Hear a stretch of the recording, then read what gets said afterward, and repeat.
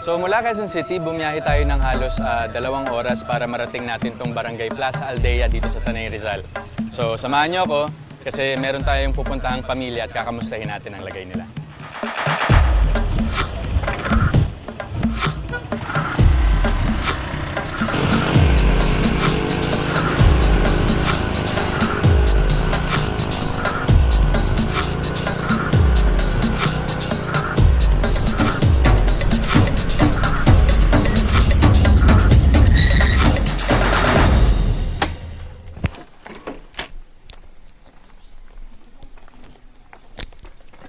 So, bali hanggang dito na lang yung motor kasi from here, kailangan na natin na maglakad papunta dun sa bahay ni Edmark tsaka ni Danica. Tara, let's go. Medyo mahirap yung ride kanina. Ngayon, yung walking path going to the house, lupa siya, tas medyo moist kasi feeling ko baka umulan yesterday. So imagine, pag lumakas yung ulan and then kailangan nilang pumasok sa eskwelahan, maputik to definitely. Mahirap dumaan. Mahirap maglakad.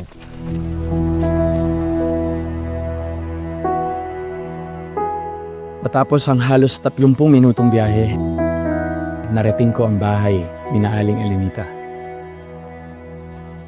Good morning po. Ano, prep na ba sa eskwelahan? For school?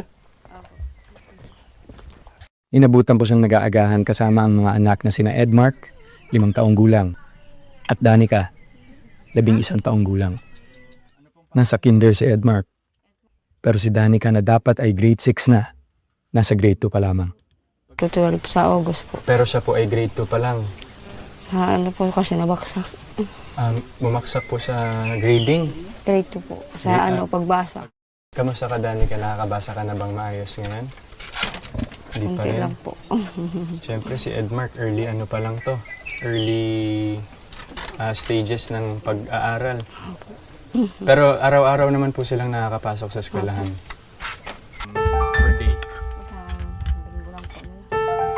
Kape at kaning nilagyan ng asukal, ang almusal nila ngayong umaga. Kapansin-pansin ang payat na pangangatawan ng magkapatid.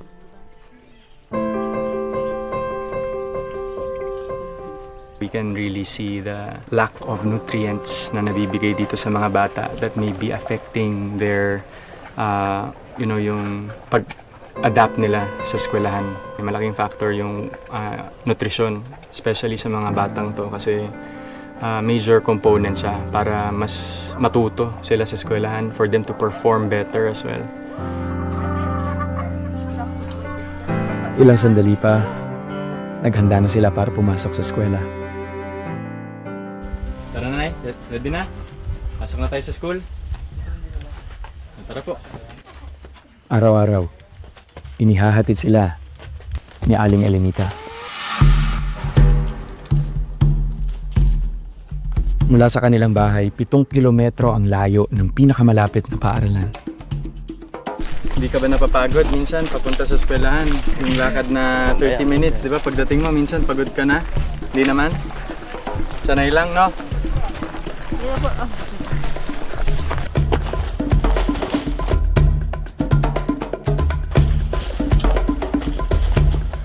Paano pa pag maulan? Papasok pa rin kahit maputik? Opo. Diretso pa rin? Diretso pa rin po. Medyo pawis na tayo, but yun nga, diba, parang papuntang eskwelahan, ito na yung isa sa mga challenges na dinadaanan ng mga bata. So all the more na pagdating nila sa eskwelahan, pagod sila. Kaya lang, because of it being a routine, nasanay na yung mga katawan nila.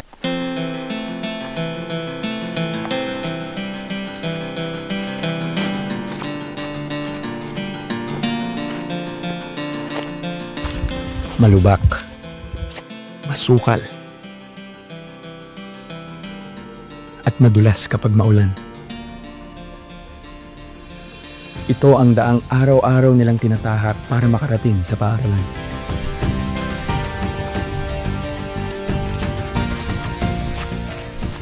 So, medyo kumukulimlim na. Medyo kailangan natin magmadali kasi pag umulan, mas delikado.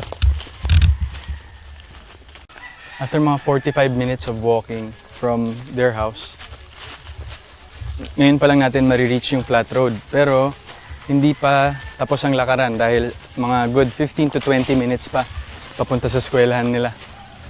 Sa atin, na mga ngayon pa lang na-experience yung daan, medyo may pagod siya, pero kita nyo naman dahil nga nakasanayan yung ganitong setup. Wala lang sa kanila yung dinaanan natin kanina. At araw-araw nilang ginagawa, back and forth pa. Ay!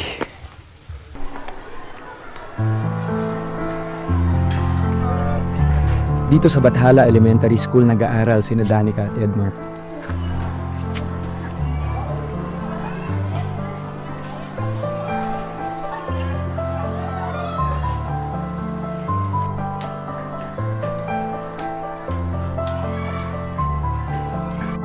Pagpasok ng magkapatid sa classroom,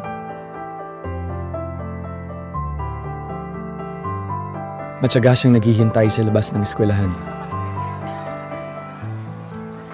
High school ang natapos ni Aling Elenita. Grade 3 naman ang naabot ng kanyang asawa.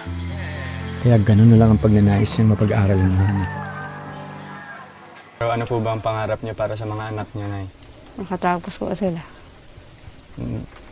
Para magkaroon ng magandang trabaho, no? Oo.